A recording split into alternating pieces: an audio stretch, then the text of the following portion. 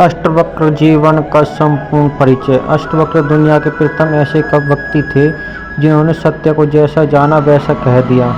न वे कवि थे न ही दार्शनिक, चाहे वे ब्राह्मणों के शास्त्र हों या श्रमणों के। उन्हें दुनिया के किसी भी शास्त्र में कोई रुचि नहीं थी। उनका मानना था कि सत्य शास्त्रों में नहीं लिखा है। शास्त्रों में तो सिद्धांत और नियम है, सत्य नहीं, ज्ञान नहीं। ज्ञान तो उन्हें भीतर है। अष्टवक्र ने जो कहा वह अष्टवक्र गीता के नाम से प्रसिद्ध है। अष्टवक्र अद्वैत वेदांत के महत्वपूर्ण ग्रंथ अष्टवक्र गीता के ऋषि हैं। अष्टवक्र गीता अद्वैत वेदांत का महत्वपूर्ण ग्रंथ है। अष्टवक्र का अर्थ 8 जगह से टेढ़ा होना। कहते हैं अष्टवक्र का शरीर 8 स्थानों से टेढ़ा था। इस कहानी को पूरा अवश्य जरूर सुनें। आज हम बात करते हैं ऋषि अष्टवक्र के बारे में। अष्टवक्र गीता के बारे में कि किस प्रकार अष्टवक्र जी का जन्म हुआ, उनके शरीर में 8 विकार कैसे आए और किस तरह उन्होंने शास्त्रों में अनेक ऋषियों को पराजित किया। उनका एक एक प्रश्न और एक एक उत्तर प्रति उत्तर बहुत ही गूढ़ एवं सर्गाभित है तथा अपने आप में ही विलक्षण है। इसके साथ वह यह अंदाज़ा लगा सकते हैं कि हमारे ऋषि मुनि कितने विद्वान थे एवं उनके द्वारा जो शास्त्र होता था तो तर्क दिए जाते थे वह कितने यथार्थ एवं शाश्वत होते थे। यह पूरी ही कथा बहुत ही सुंदर एवं रोचक है। अष्टवक्र 8 अंगों से टेढ़े मेढ़े पैदा होने वाले ऋषि थे। शरीर से जितने विचित्र थे, ज्ञान से उतने ही विलक्षण। मिथिला के राजा जनक के दरबार में उनसे बहुत सुंदर दार्शनिक चर्चा और वाद विवाद हुआ था। इसके बाद विवाद के आधार पर अष्टवक्र ने गीता भी लिखी गई है। इनके जन्म की अद्भुत कथा पुराणों में मिलती है। कहते हैं उद्दालक ऋषि के पुत्र का नाम श्वेतकेतु था। उद्दालक ऋषि के एक शिष्य का नाम कहोड़ था। कहोड़ को संपूर्ण वेदों का ज्ञान देने के पश्चात उद्दालक ऋषि ने उसके साथ अपनी रूपवती एवं गुणवती कन्या सुजाता का विवाह कर दिया। कहोड़ अपनी पत्नी सुजाता के साथ उद्दालक के ही आश्रम में रहते थे। ऋषि कहोड़ वेद पाठी पंडित थे। वे रोज रात भर बैठकर वेद पाठ किया करते थे। उनकी पत्नी सुजाता गर्भवती हुई। गर्भ से बालक जब कुछ बड़ा हुआ तो एक रात को गर्भ के भीतर से ही बोला, हे पिता, आप रात भर वेद पढ़ते रहते हैं लेकिन आपका उच्चारण कभी शुद्ध होता नहीं है। इस कथा को आपको पूरा अवश्य सुनना है और इसमें लगातार बने रहे। मैंने गर्भ में ही आपके प्रसाद से वेदों के सभी अंगों का ज्ञान प्राप्त कर लिया। गर्भस्थ बालक ने यह भी कहा कि रोज रोज के पाठ मात्र से क्या लाभ, वे तो शब्द मात्र हैं। शब्दों में ज्ञान कहाँ, ज्ञान स्वयं में है। ज्ञान तो सत्य कहाँ, शब्दों में सत्य कहाँ, सत्य स्वयं में है। ऋषि कहोड़ के पास अन्य ऋषि भी बैठे थे। अजन्मे गर्भस्थ बालक की इस तरह की बात सुनकर उन्हें अत्यंत अपमान महसूस हुआ। बेटा अभी पैदा भी नहीं हुआ और वह इस तरह की बातें कहे। वेद पंडित पिता का अहंकार चोट खा गया। वे क्रोध से आग बबूला हो गए। क्रोध में पिता ने बेटे को अभिशाप दे दिया, हे बालक, तुम गर्भ में रहकर ही मुझसे इस तरह का वक्र वार्तालाप कर रहे हो। मैं तुम्हें शाप देता हूँ कि तुम 8 स्थानों से वक्र होकर अपनी माता के गर्भ से उत्पन्न होंगे। ऐसा श्राप दिया और इस कहानी को लगातार सुनते रहे। कुछ दिनों पश्चात बालक का जन्म हुआ। शाप के अनुसार वह 8 स्थानों से ही वक्र था। 8 जगह से कुबड़ ऊंट की भांति तिरछे तिरछे, इसलिए उनका नाम अष्टवक्र पड़ा। अष्टवक्र के जन्म के पूर्व ही पिता ऋषि कहोड़ धन अर्जन की आवश्यकतावश राजा जनक के वहाँ गए जहाँ शास्त्रार्थ का आयोजन हुआ। 1000 गायें राजमहल के द्वार पर खड़ी की गई थी। उन गायों के सींगों पर सोना मढ़ दिया गया था। उनके गलों में हीरे जवाहरात लटका दिए गए थे। शास्त्रों की शर्त यह थी कि जो विजेता होगा वह इन गायों को हाँक ले जाएगा तथा विजेता हारने वाले का किसी भी तरह से वध कर सकेगा। शास्त्र राज्य के महापंडित वंदित से करना होता था। कहते हैं शास्त्रार्थ में ऋषि कौड़ हार गए, इसलिए विजेता पंडित वंदित ने उन्हें पानी में डुबाकर मरवा डाला और ऐसा कहा जाता है कि काफ़ी दिनों पर जब ऋषि कौड़ आश्रम में लौटकर नहीं आए तो उद्दालक ने उनकी खोज कराई। उनके शिष्य द्वारा ज्ञात हुआ कि कौड़ को शास्त्रार्थ में पराजित होने के फलस्वरूप वंदित ने मरवा डाला। इस तथ्य का बालक अष्टवक्र से छुपा कर रखा गया। बालक अष्टवक्र अपने नाना उच्छालक को ही अपना पिता जानता था। 12 वर्ष बीत गए। अष्टवक्र तो गर्भ में ही महान पंडित और ज्ञानी हो चुका था। इसके साथ ही उसने अपने नाना उच्छालक के आश्रम में 12 वर्ष तक और अध्ययन किया। तब तो वह ब्रह्मा के सम्मान में गावी हो चुका था। तभी एक दिन अचानक उसे अपने पिता के बारे में वास्तविक तथ्य की जानकारी हुई। उसने अपनी माता से इस संबंध में पूछा। तब उसकी माँ ने सारा वृत्तांत कह सुनाया। जब काफ़ी दिनों कर ऋषि कौड़ आश्रम में नहीं आए तो उन्हें भी इसकी खोज कराई और इसके बारे में पता चला। पराजित होने फलस्वरूप उन्हें मरवा डाला। अष्टवक्र को बड़ा आघात लगा। उसने उसी समय माँ से कहा, माँ मुझे आज्ञा दो, मैं अभी जाकर उस दुष्ट को परास्त करता हूँ, तब मैं अपने पिता का बदला अच्छी तरह से ले लूँगा। माँ ने बालक को बहुत मनाया कि यह इसके लिए घातक होगा। वह अभी बालक है, लेकिन अष्टवक्र नहीं माने। वह अपने मामा श्वेतकेतु को साथ लेकर राजा जनक के नगर की ओर चल पड़ा। उस समय जनक के वहाँ महायज्ञ हो रहा था। उसमें भाग लेने के लिए देश भर से अनेक पंडित बुलाए गए थे। अष्टवक्र सीधा राज प्रसाद की ओर पहुँच गए, लेकिन द्वारपाल ने अंदर जाने से रोक दिया। उन्होंने कहा कि वृद्ध और चतुर ब्राह्मण ही यज्ञ में जाने के अधिकारी हैं, बालकों को इसके अंदर जाने का अधिकार नहीं है। अष्टवक्र ने अनेक प्रकार से द्वारपाल से वाद विवाद किया। अंत में उन्होंने कहा, द्वारपाल, सिर के बाल सफ़ेद होने से कोई मनुष्य वृद्ध नहीं हो जाता। जो व्यक्ति बालक होकर भी ज्ञानी है उसे देवताओं में स्थवीर कहा गया है। अगर ऋषियों के द्वारा स्थापित धर्म के अनुसार विचार करो तो अवस्था से, बाल पकने से, धन से या बंधुओं के अधिक होने से मनुष्य को कोई महत्व नहीं मिलता है। ऐसा उन्होंने अष्टवक्र ने उचित उत्तर द्वारपाल को सुनाया। सांगोपांग वेद को जानने वाले विद्वान ही महंत और वृद्ध हैं। हम तुम्हारे महापंडित वंदित को देखने आए हैं। हम उस वंदित को शास्त्रार्थ में परास्त करके विद्वानों को चकित कर देंगे। तब तुम्हें हमारी मेधा के बारे में मालूम होगा। तब वही द्वारपाल ने अष्टवक्र को अंदर जाने दिया। अष्टवक्र दरबार में भीतर चल गए। महापंडित भीतर इकट्ठे थे। पंडितों ने उसे देखा। उसका 8 भागों से टेढ़ा मेढ़ा शरीर, वह चलता तो भी लोगों को देखकर हंसी आ जाती थी। उनका चलना भी बड़ा हास्यपद था। सारी सभा अष्टवक्र को देखकर हंसने लगी। अष्टवक्र भी खिलखिलाकर हंसा। जनक को विचित्र लगा। उन्होंने पूछा, और हम और सब हंसते हैं, वह तो मैं समझ गया कि किंतु तुम क्यों हंसे? परंतु बालक, तुम क्यों हंसे? 12 वर्ष के बालक अष्टवक्र ने कहा, मैं इसलिए हंस रहा हूँ कि चमड़े के पारखियों मूर्खों की सभा में सत्य का निर्णय हो रहा है। यह सभी सुनकर सन्न रह गए। सभा में सन्नाटा छा गया। महापंडितों की जमात तिलमिला उठी। सम्राट जनक ने धैर्यपूर्वक पूछा, दुष्ट बालक, तुम्हारा मतलब क्या है? और ऐसा कहकर अष्टवक्र जरा भी विचलित नहीं हुआ। उसने जवाब दिया, बड़ी सीधी सी बात है, इनको चमड़ी ही दिखाई पड़ती है, मैं नहीं दिखाई पड़ता। इनको आड़ा टेढ़ा शरीर दिखाई पड़ता है। ये चमड़ी के पार किए हैं, इसलिए ये चमार हैं। राजन, मंदिर के टेढ़े होने से कहीं आकाश टेढ़ा होता है, घड़े के फूटे होने से कहीं आकाश फूटता है। आकाश तो निर्विकार है। मेरा शरीर टेढ़ा मेढ़ा है, लेकिन मैं तो नहीं, यह तो भीतर बसा है। इसकी तरह देखो।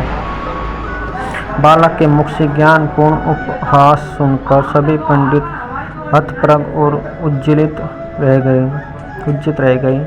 उन्हें अपने अहंकार और मूर्खता पर अत्यंत पश्चाताप हुआ।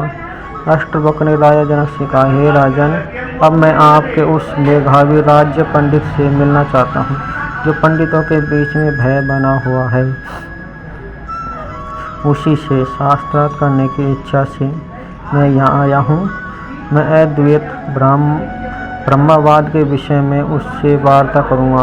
राजा जनक ने कई तरह से उसे विचलित करने के लिए डराया और समझाया भी था।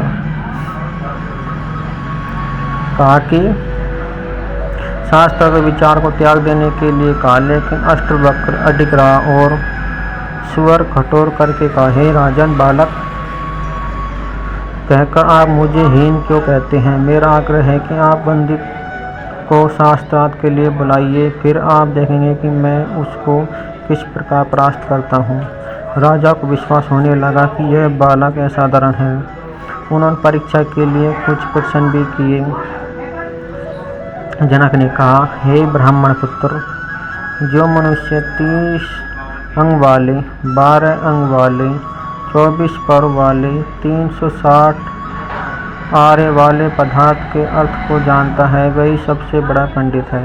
अष्टवक्र ने तुरंत उत्तर दिया, हे राजन, 24 पर्व, 6 नाभि, 12 पृथ्वी और 360 आरे वाली वही शीघ्रगामी काल चक्र आपकी रक्षा करें। राजा जनक ने फिर कहा, जो दो वस्तुएं अश्विनी के समान से संयुक्त है और बाज पक्षी के समान टूट पड़ने वाली है, उनको देवताओं में से कौन सा देवता गर्भाधान करता है?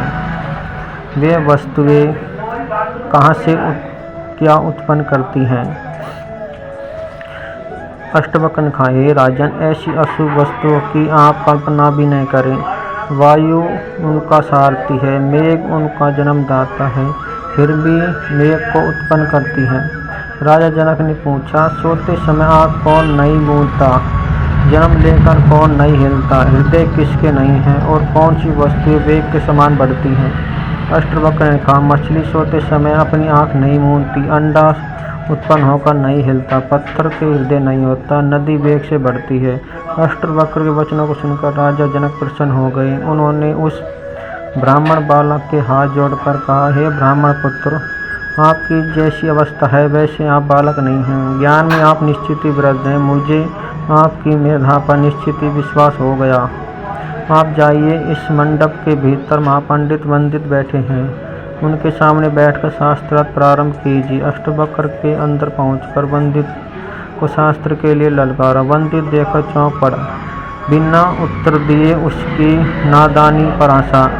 अष्टवक्र ने कहा, हे महाभिमानी पंडित वंदित, कायरों की भांति चुप क्यों बैठा है? आ मेरे सामने शास्त्रार्थ कर। इस प्रकार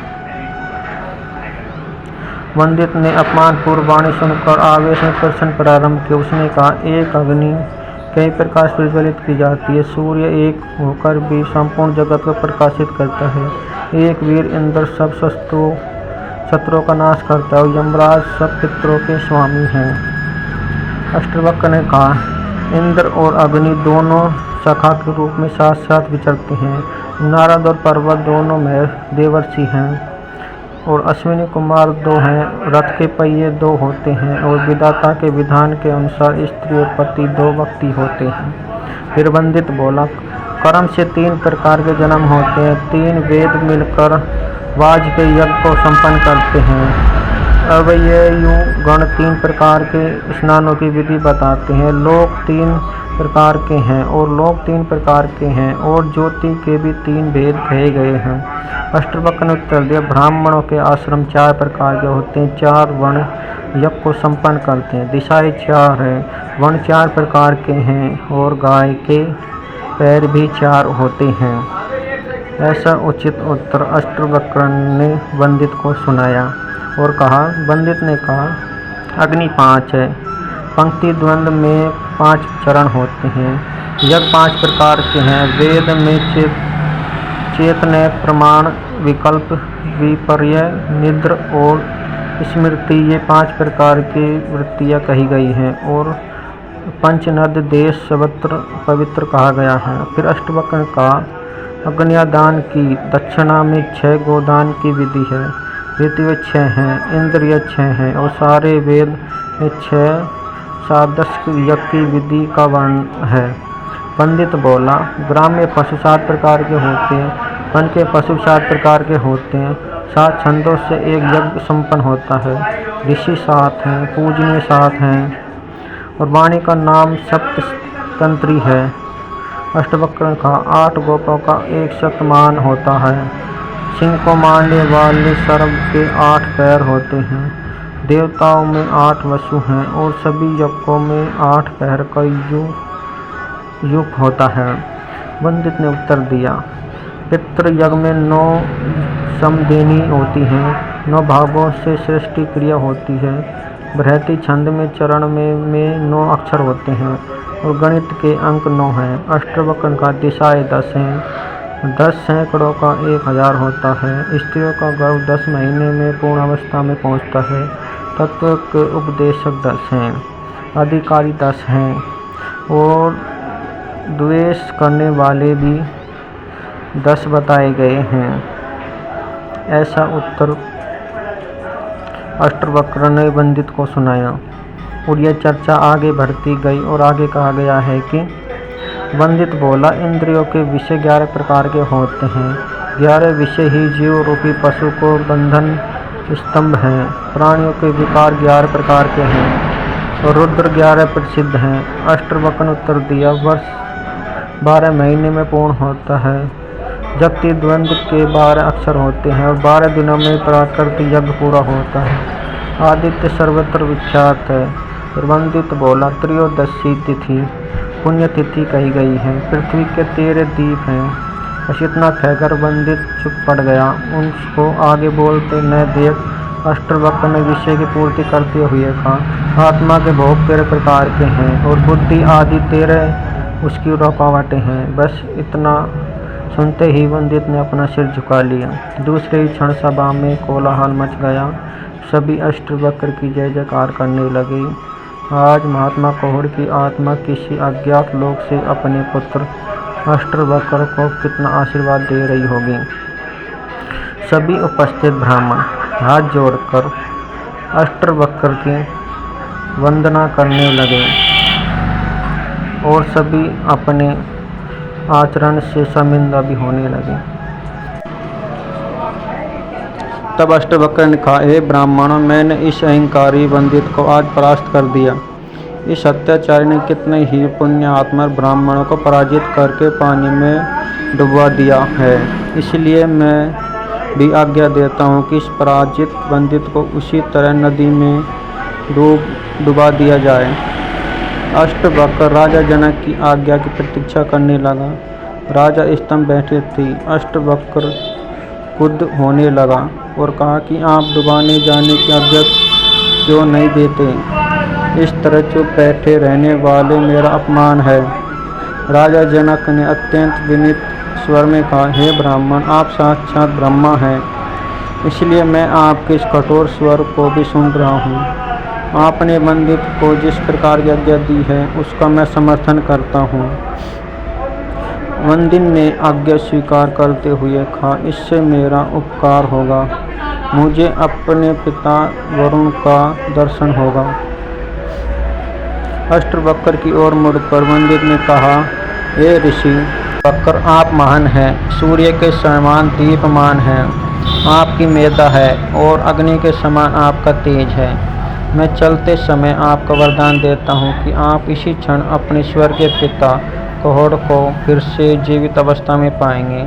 उनके साथ अन्य ब्राह्मण भी जल से निकलकर आएंगे। ऐसा वरदान पंडित ने ऋषि अष्टवक्र को दिया और वे उस नदी में से निकलकर अपने पिता के साथ चल गए। उसी क्षण अन्य ब्राह्मणों के साथ कहोड़ जल से बाहर निकल आए। उन्होंने राजा जनक की वंदना की। राजा ने प्रसन्न होकर अनेकों बहुमूल्य उपहार देकर उन्हें विदा किया। कहोड़ अष्टवक्र और श्वेत केतु के साथ उद्दालक आश्रम में वापस आए। कहोड़ ने पत्नी सुजाता और अष्टवक्र को समंगा नदी में स्नान करने के लिए कहा। अष्टवक्र ने जाकर उस नदी में स्नान किया। उसी क्षण उनका कुबड़ापन दूर हो गया। वे सुंदर शरीर वाले युवक की तरह जल से बाहर निकला। राजा जनक अष्टवक्र के ज्ञान से अत्यंत प्रभावित हुए। उन्हें अपनी पूर्व धारणा पर पश्चाताप था। अष्टवक्र की बातों ने उन्हें झकझोर दिया था। दूसरे दिन जब सम्राट घूमने निकले तो उन्हें अष्टवक्र राह में दिखाई दिए। राजा घोड़े से उतरकर और अष्टवक्र साष्टांग प्रणाम किया। उन्होंने निवेदन किया, महापुरुष राजमहल पधारे, कृपया मेरी जिज्ञासाओं का समाधान भी आप अवश्य करें। इस प्रकार राजमहल विशेष अतिथि के सत्कार के लिए सजाया गया। 12 वर्ष के अष्टवक्र को उच्च सिंहासन बैठाया गया। उससे जनक ने अपनी जिज्ञासाएं बताई। जनक की जिज्ञासा पर ज्ञान का विवाद प्रभावित हो चला। जनक अपनी जिज्ञासा प्रस्तुत करते, अष्टवक्र उनको समझाते। जनक के जिज्ञासा के समाधान में अष्टवक्र अपना ज्ञान उड़ेलते गए। ज्ञान की गंगा बह चली। जनक अष्टवक्र का संवाद 298 सूत्रों में श्लोकों में निबंध हुआ। इस प्रकार अष्टवक्र गीता की रचना हुई। अध्यात्म ज्ञान का अनुपम शास्त्र ग्रंथ रचा गया। इसमें 22 सूत्र जनक द्वारा कहे गए और शेष 216 अष्टवक्र के मुख से प्रस्तुत किए गए। यह ग्रंथ अष्टवक्र संहिता के नाम से भी जाना जाता है। संवाद का प्रारंभ जनक की जिज्ञासा से हुआ। उससे चेतन पुरुष की अपने को जानने की शाश्वत जिज्ञासा होती है। वही मूल 3 प्रश्न हैं। पुरुषों को ज्ञान कैसे प्राप्त होता है और मुक्ति कैसे होगी, वैराग्य कैसे प्राप्त होगा। 3 बीज प्रश्न हैं। इन्हीं में से और प्रश्न निकलते हैं। इन प्रश्नों के उत्तर आकर फिर इन्हीं प्रश्नों में विलीन हो जाते हैं। इस प्रकार राजा जनक अष्टवक्र की वार्ता चलती रही। यदि आपको कथा बढ़िया लगे तो कथा को सब्सक्राइब, शेयर और कमेंट अवश्य करें।